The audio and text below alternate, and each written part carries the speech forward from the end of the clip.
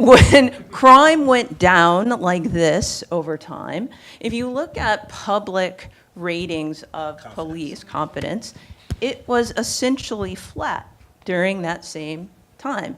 And if you actually decompose that by different ethnic groups and the like, you see a big gap. This is also pertinent to your point about, well, you know, if there are many fewer arrests or stops and frisks and so on among just overall, then the people who are going to benefit most from that are people of color. And yet, there's a very large gap in their level of trust, and it's flat over the period of time that presumably that group is benefiting the most from the drop in crime. The social psychology of procedural justice says that people care about four things. First, they care about having a voice and input into the policies that affect them. Second, people care about being treated with dignity and respect. I mean, this is not rocket science. It all goes back to what I learned in kindergarten in a lot of ways. Dignity and respect and concern for their rights. Third, people care a lot about fair decision making. So what does that mean? They're looking for indicia of neutrality in decision making. They're looking for transparency. They're looking for factuality. Like if you're dealing with a police officer who just tells you to do something or says that you've done something wrong, you want to know why, and so that person needs to be able to explain to you why they're making a particular decision. And then fourth, and I should say those two things have to happen at the same time. So a lot of police officers, and maybe Ben will talk about this, think when they do the procedural justice kind of thing, well, all I have to do is stop as many people as I was stopping before and just be nice. Like, no. There are four factors. The last one is that people in their dealings with legal authorities want to be able to assess the motives of the person they're dealing with.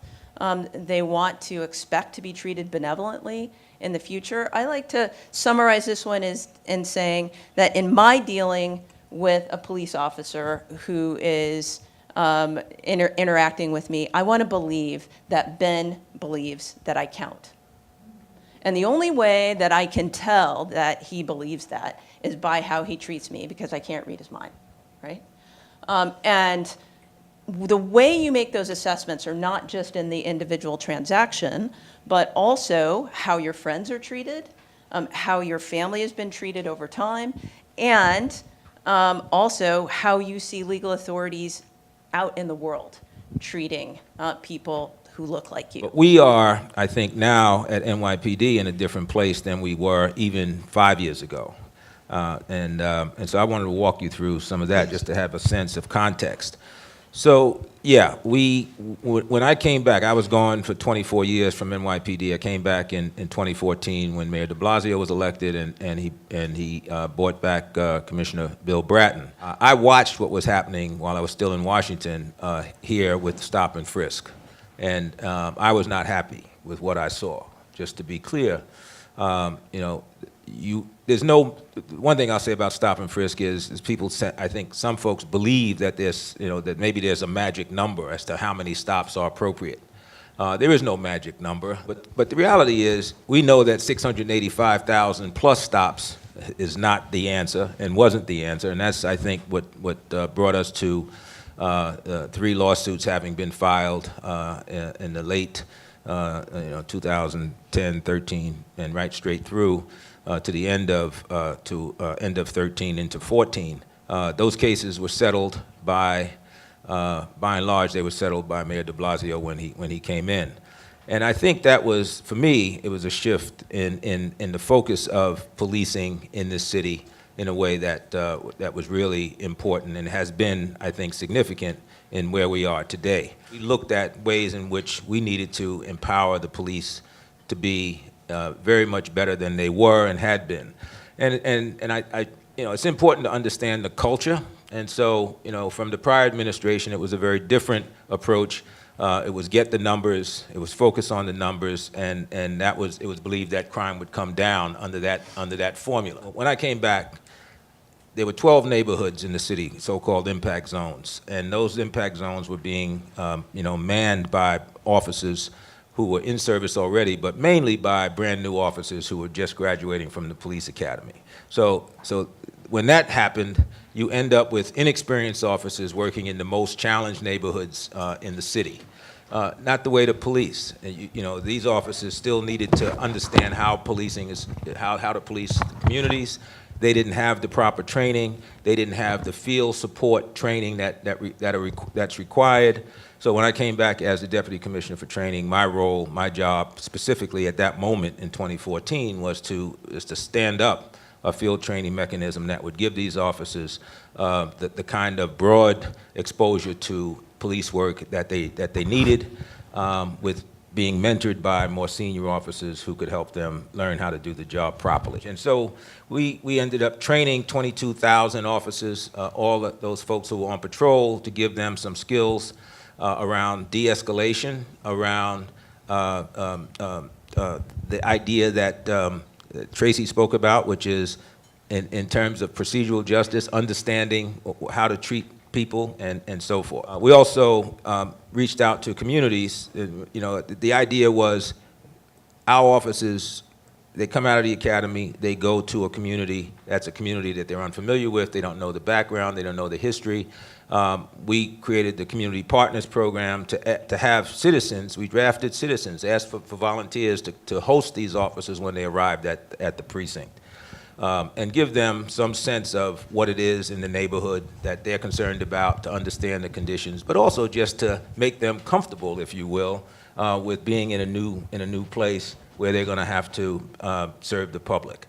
So that's been ongoing, and the response from citizens, we had roughly 800 to 900 people who signed up to do that from communities in particularly those impact zone areas.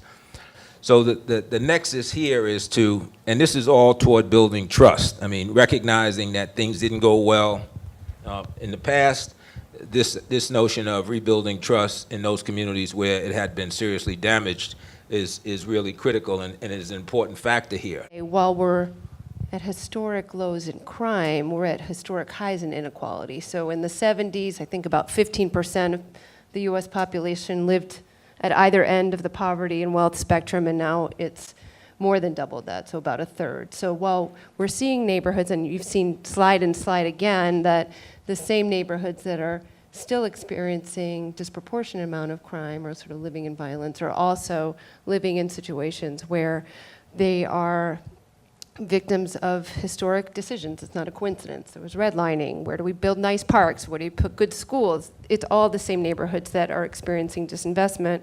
And I think what we're looking at is looking much beyond this as an enforcement crime issue, but really stepping back and taking what we're calling an all-in approach. So the police, there is a role for the police, there is a role for the Parks Department, there is a role for the Department for the Aging, and there is absolutely a role for community in holding government accountable and being able to look at the same data that we look at when you're looking at, you know, these 4 principles of making intelligence and information available, rapid deployment of responses, having strong, sharp strategies, and having relentless follow-up and accountability. We're doing that with residents from the neighborhood. We're doing it with the people who run the community centers. We're doing it with the guy who runs the homeless shelter across the street. We're doing it with the folks from the Parks Department, so that all of those people are in the CompStat room at the police department. But when we're looking at public safety,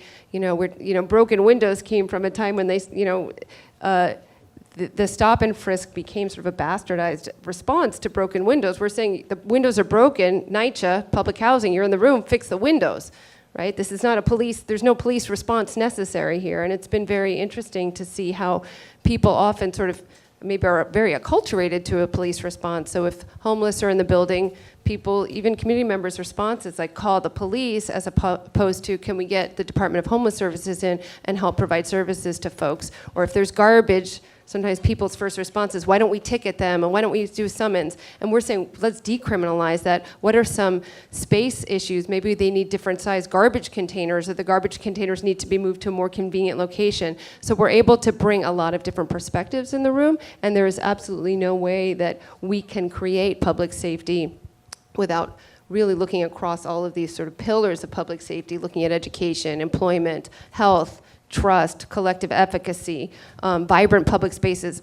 Public safety is really predicated on all of those things. These institutions and relationships have gone on for generations and generations, so I wouldn't